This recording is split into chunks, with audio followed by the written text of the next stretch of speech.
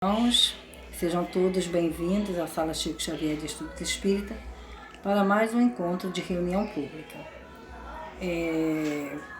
Pelo Espírito Joana de Ângeles, do livro Vida Feliz, psicografia de Divaldo Franco, lição 89. Se a tua palavra não tiver objetivo de auxiliar, não a apresentes para criticar. Há dois tipos de comportamento, o daqueles que fazem e o daqueles outros que ficam de palanque, apontando erros, criticando, atormentando a vida das pessoas. Faze quanto te seja possível, sem aguardar aplauso nem temer pedradas. Torna-te membro do grupo que opera e fala com o objetivo superior de ser útil. Se os que dizem saber como se fazem as coisas deixassem de opinar e executassem, o mundo mudaria de feição. Então, amados irmãos, vamos elevar os nossos pensamentos a Deus, ao Mestre Jesus, e vamos agradecer, Senhor, por mais este dia, por mais esta oportunidade de trabalho. Te pedimos, Senhor, que abençoe nosso planeta Terra nesse momento tão conturbado por qual estamos passando. Abençoa, Senhor, nossos irmãos desencarnados e dá consolo aos nossos irmãos que ficam. Que os espíritos de luz protejam nossos irmãos enfermos, nossos irmãos desabrigados e todos aqueles que de Ti necessitam.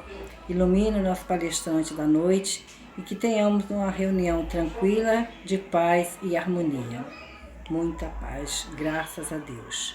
E agora, meus queridos irmãos, vou passar a palavra para o nosso irmão Edmundo, que trará para nós na noite de hoje um tema livre. Boa noite a todos. Trago um abraço para todos os companheiros de caminhada. Vamos dar continuidade, ao nosso aprendizado, nosso estudo, que a gente não pode parar nunca, a doutrina espírita não tem final de estudo, a gente está sempre aprendendo, sempre se instruindo, sempre se melhorando, porque é realmente complicada a caminhada, a gente precisa superar as nossas ignorâncias, transformar imperfeições em virtudes, e nós vamos dar continuidade a esse estudo, hoje estudando um pouco sobre mediunidade natural. Kardec, lá no Livro dos Médiuns, na questão 159, passa para a gente que todo aquele que sente num grau qualquer a influência dos espíritos é por esse fato médium. Essa faculdade é inerente ao homem, não constitui, portanto, um privilégio exclusivo. Por isso mesmo, raras são as pessoas que dela não possuam alguns rudimentos. Pode, por dizer-se, que todos são mais ou menos médios. Então, Kardec diz, através do Livro dos Médiuns, que todos nós somos médiuns. Uns sentem mais, outros sentem menos, uns não sentem nada, mas não quer dizer que não sejam, porque o mundo espiritual está aqui do nosso lado, a gente está realmente trabalhando juntos, convivendo, sentindo influências conforme nós vamos conversar. E ele ainda completa dizendo que usualmente, ou seja, nesse momento, costumamos assim qualificar somente aqueles a quem a faculdade mediúnica se mostra bem caracterizada e se traduz por efeitos patentes, o que então depende de uma organização mais ou menos sensitiva. Então, o que nós entendemos como médium seriam esses que trabalham na casa espírita, nas reuniões privativas de mediunidade, onde tem lá a mediunidade de missão, a mediunidade de resgate, a mediunidade ostensiva. Existem diversas formas e tem outras formas de se falar sobre esse tipo de mediunidade, que aí é a psicografia, a psicofonia, a audiência, a vidência e assim vai, que trabalham nesses grupos, nas casas espíritas. Nós vamos conversar hoje sobre a natural, aquela que está em todas as pessoas, mas que não tem como fugir, porque ela faz parte realmente do nosso organismo, conforme ele falou, está em todos os homens, uns mais, outros menos, aí vai depender realmente da evolução moral de cada um, do entendimento, da sensibilidade que possa ter. Mas nós podemos dizer que a mediunidade natural está conosco em quase tudo, né, da nossa vida. Né? Quando a gente vai escrever alguma coisa, fazer um estudo, ou ler um livro, ou fazer uma poesia, ou conversar com alguém, a gente sempre sente uma inspiração, né? Essa inspiração para fazer algo, essa inspiração para ajudar alguém, isso faz parte realmente dessas influências espirituais que estão a todo momento, seja do nosso anjo de guarda, seja de espíritos protetores, seja também de espíritos que queiram prejudicar, porque a mediunidade natural, ela é natural, então vai depender realmente da evolução moral de cada companheiro, né, de caminhada na Terra. Então as boas e más influências, elas existem.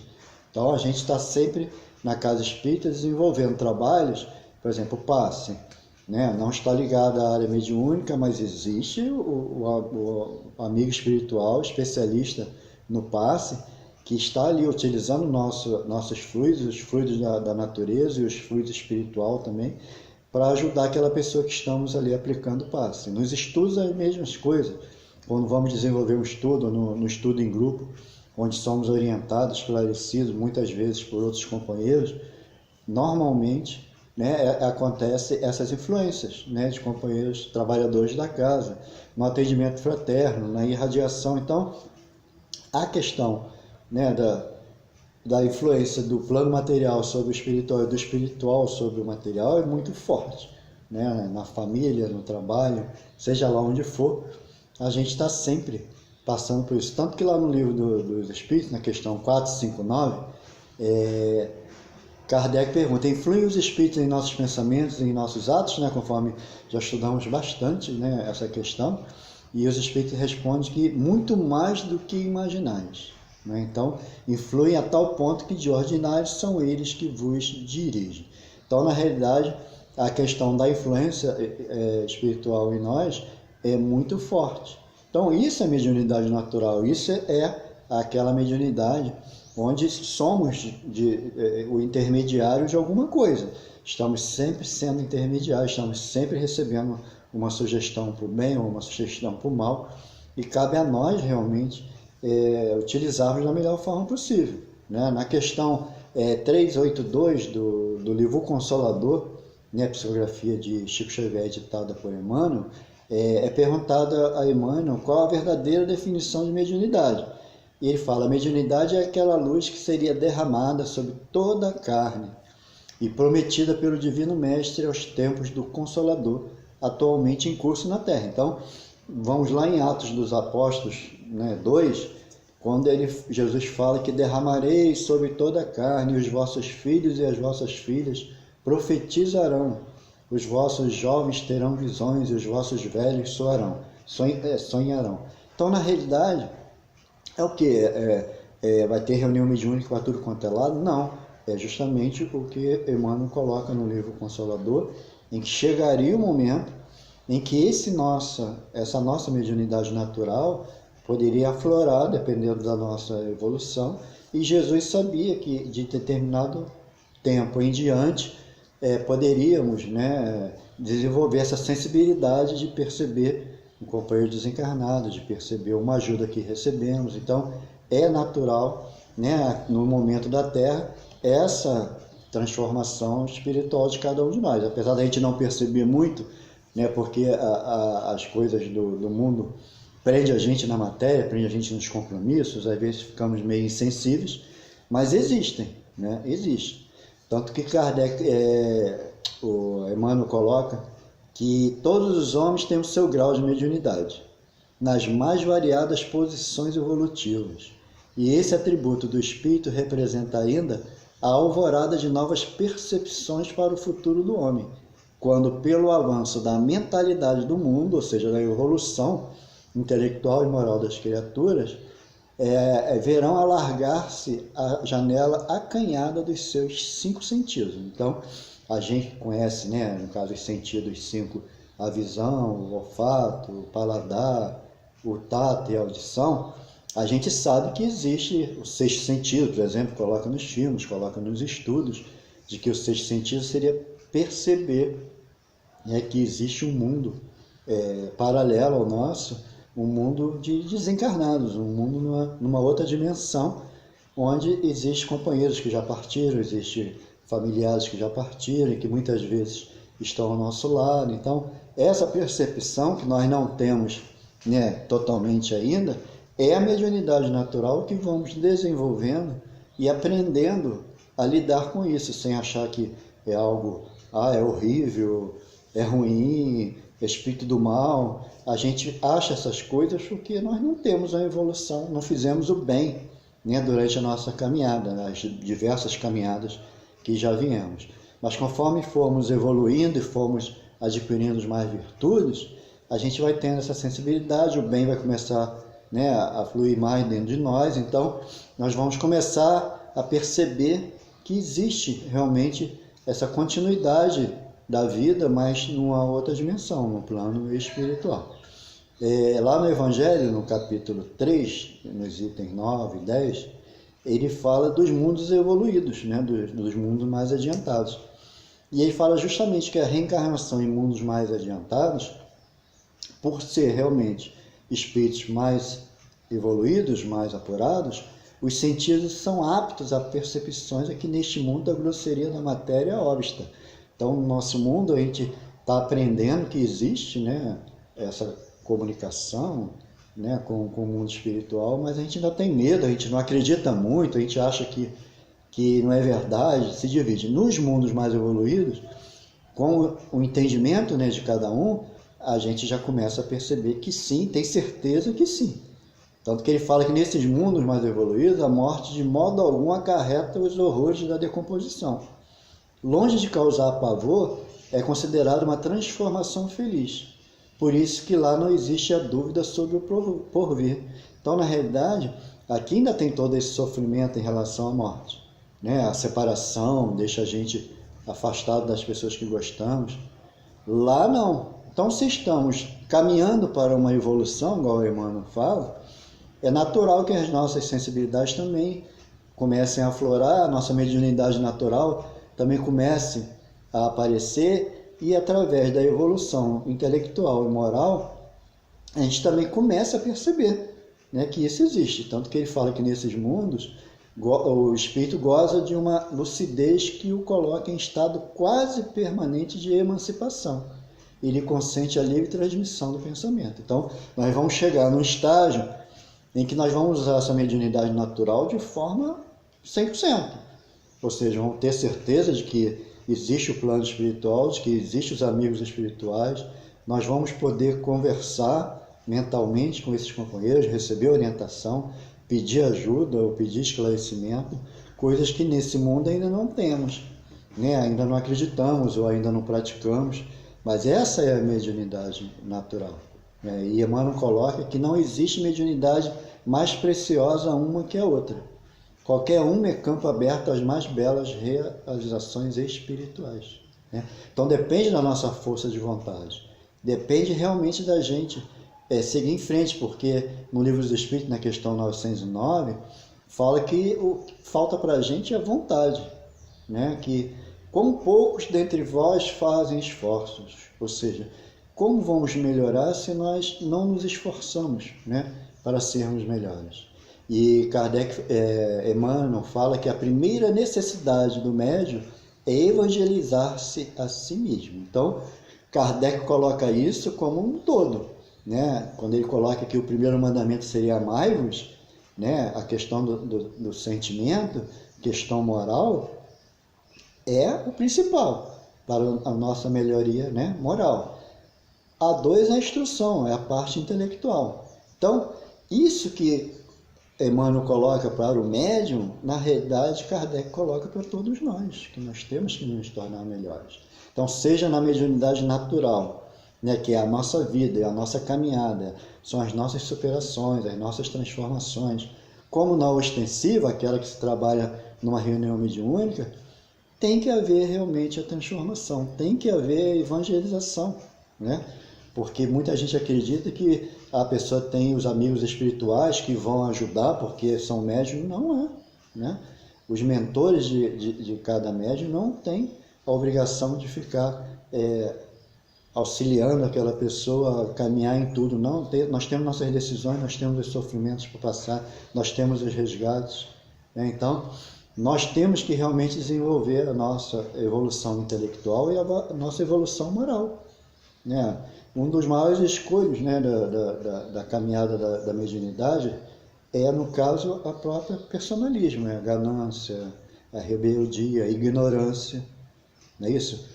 É o dinheiro mal utilizado e mil coisas que a gente percebe no nosso dia a dia, seja com os médiuns, né, que a gente percebe que se perdem na caminhada, o exemplo João de Deus, né, que não é espírita, mas que fazia um trabalho, né, muito importante e o poder, o dinheiro. Então, o que aconteceu com ele, com a gente aconteceria facilmente, né? Então, nós é que temos que realmente adquirir os aprendizados para a gente seguir em frente, utilizando essa mediunidade natural que ela está dentro de nós.